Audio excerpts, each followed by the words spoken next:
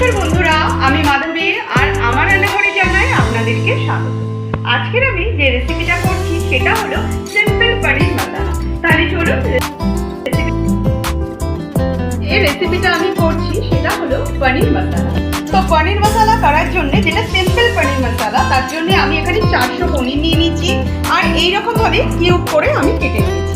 এছাড়া এখানে আমি নিয়েছি টমেটো পিউরি, 2টো টমেটোকে পিউরি করে নিয়েছি। এখানে নিয়েছি 2টো পেঁয়াজ, তাকে পেস্ট করে নিয়েছি। এছাড়া আদা, রসুন আর কাঁচা লঙ্কা। আর এখানে নিয়েছি ফ্রেশ ক্রিম। ফ্রেশ ক্রিমটা আমি ঘরে বানিয়ে নিয়েছি কিছুটা পনিরের মধ্যে মিল্ক দিয়ে, তারপর আমি মিক্সিতে পেস্ট করে নিয়েছি। আর এখানে নিয়েছি আমি কাজু আর পোস্ত। এছাড়া আমি এখানে মশলা সমস্ত নিয়ে নিয়েছি। এখানে একটু বাটার নিয়েছি, এছাড়া কস্তুরি মেথি আর ফোড়ন দেওয়ার জন্য কিছুটা গোটা গরম মশলা, এছাড়া গরম মশলা রয়েছে। তাহলে চলুন রেসিপিটা শুরু করা যাক। বানিয়ে নিয়েছি। এবারে আমি এই পুরো রেসিপিটা করছি কিন্তু সাদা তেল দিয়ে, সাদা তেল আর বাটার দিয়ে। তো প্রথমে আমি এখানে সাদা তেল দিয়ে দিচ্ছি। তো আমি এখানে 3 চামচের মতো সাদা তেল অ্যাড করছি, আপনারা আপনাদের আন্দাজ অনুযায়ী করবেন। আর সঙ্গে আমি এখানে বাটার অ্যাড করছি। বাটার আমি 1 চামচের আন্দাজে বাটার অ্যাড করছি।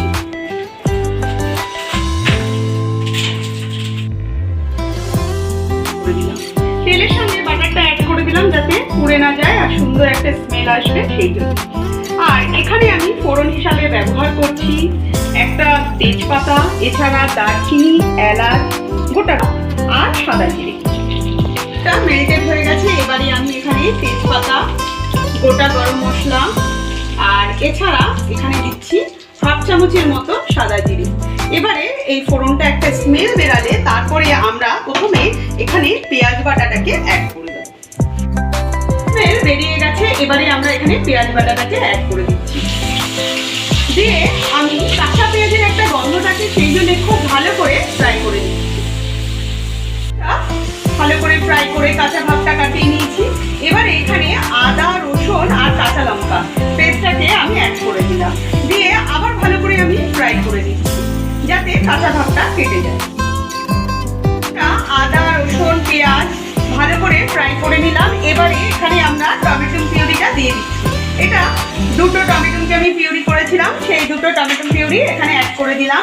দিয়ে আমি ভালো করে মিশিয়ে নিচ্ছি। আর সঙ্গে আমি এবারে নুনটাকে অ্যাড করে দিচ্ছি। তো আমি এবারে 1 চামচের মতো নুন এখানে অ্যাড করে দিলাম, লাগলে পরে আবার দেওয়া যাবে। এবারে আবার ভালো করে আমি এটার সঙ্গে ভালো করে ফ্রাই করে নিচ্ছি। তারপরে এক এক করে মশলাগুলোকে আমি এখানে অ্যাড করব।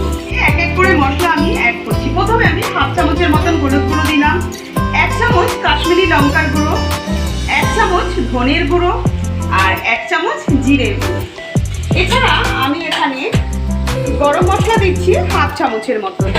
1/2 চামচের মতন গরম মশলা এখানে অ্যাড করে দিলাম।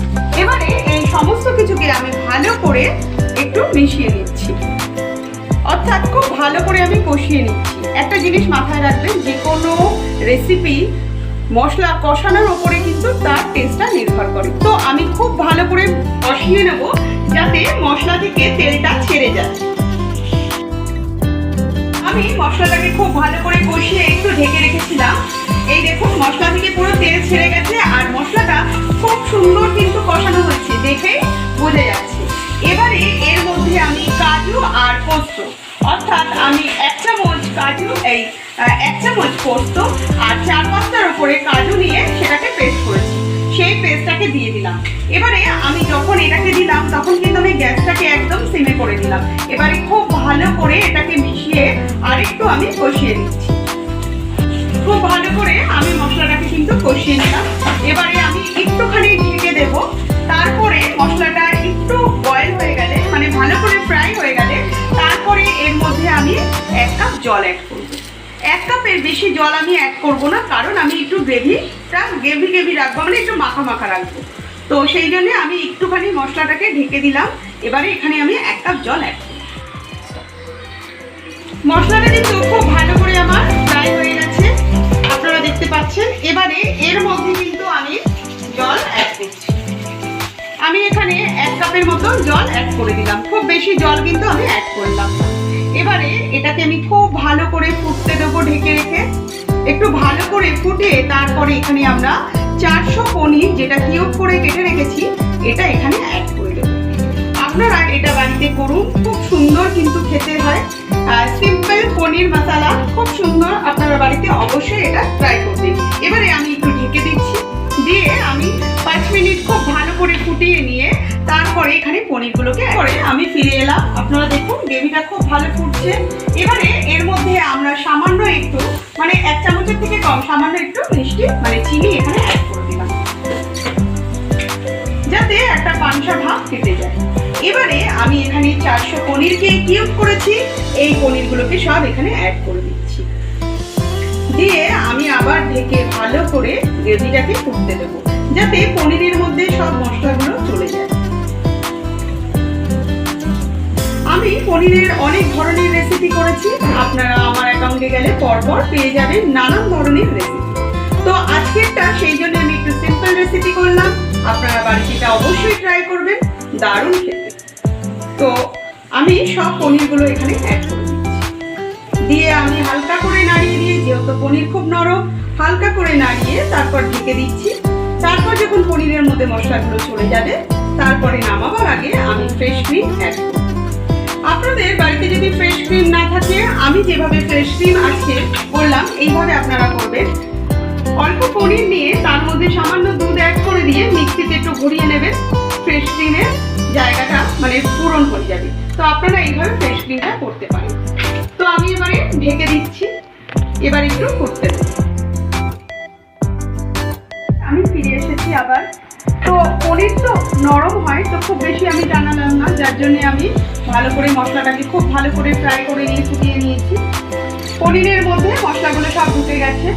তো এবারে এর মধ্যে আমি কসুরি মেথি অ্যাড করছি, কসুরি মেথি অ্যাড করে দিলাম। আর যেটা আমি ফ্রেশ ক্রিম যেটা বাড়িতে বানিয়েছি, আপনারা চাইলে মালাই দিয়েও করতে পারেন, মানে দুধের শর্টটা। তো আমি এই ফ্রেশ ক্রিম এখানে দিয়ে দিলাম, দিয়ে ভালো করে মিশিয়ে তারপরে গ্যাসটাকে বন্ধ করে দিলাম। তো আপনারা বাড়িতে এইভাবে করে ফেলুন সিম্পল পনির মশলা, দারুণ খেতে। আমি এবারে ঢেকে রাখছি, খানিকক্ষণ পরে আমি এটাকে সার্ভ করছি।